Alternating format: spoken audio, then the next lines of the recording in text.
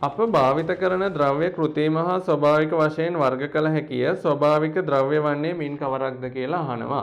මේ බහු අවයවික පාඩමේ කොටසක්. දැන් හැබැයි මෙතන තියෙන උත්තරේ ගත්තොත් පිළිතුර වෙන්නේ සිල්ක්. සිල්ක් කියන දේ මේ මොහොතේ මේ 2022 මේ අවුරුද්දේ යන විෂය නිර්දේශයේ මේක නැහැ. මොකද මම මේ කතා කරන්නේ 2001 ප්‍රශ්නයක් නිසා. එතකොට සිල්ක් කියන දේ ස්වභාවික වගේම කෘත්‍රිමවත් වෙනවා රෙදි නිෂ්පාදනයට ගන්න. නමුත් මේ දීලා තියෙන උත්තරයට අනුව මෙතනදී බලාපොරොත්තු වෙලා තියෙන්නේ සිල්ක් කියන්නේ ස්වභාවික බහු අවයවකයක් විදිහට.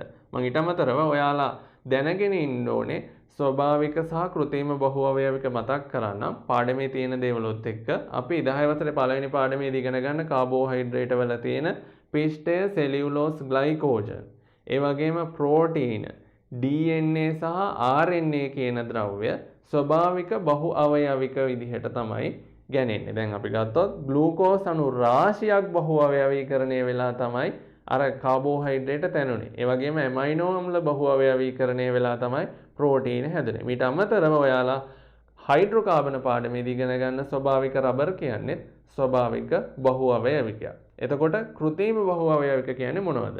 ඒ තමයි මිනිසා විසින් නිෂ්පාදනය කරන ලද බහු අවයවික.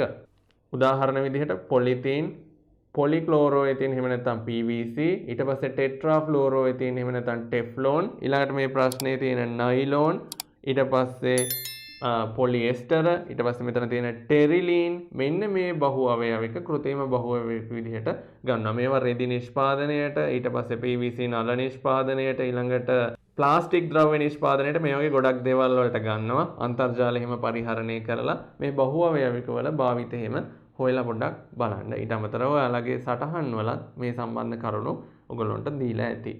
ඒ නිසා උත්තරේ වෙන්නේ අංක 2 සිල්ක්. ඔයගොල්ලන්ට පහස වෙන්නත් එක ස්වභාවික සහ කෘත්‍රිම බහු අවයවික වල වගුවක් මම මේ වීඩියෝ එක අවසානයේ ඉදිරිපත් කරන්නම්.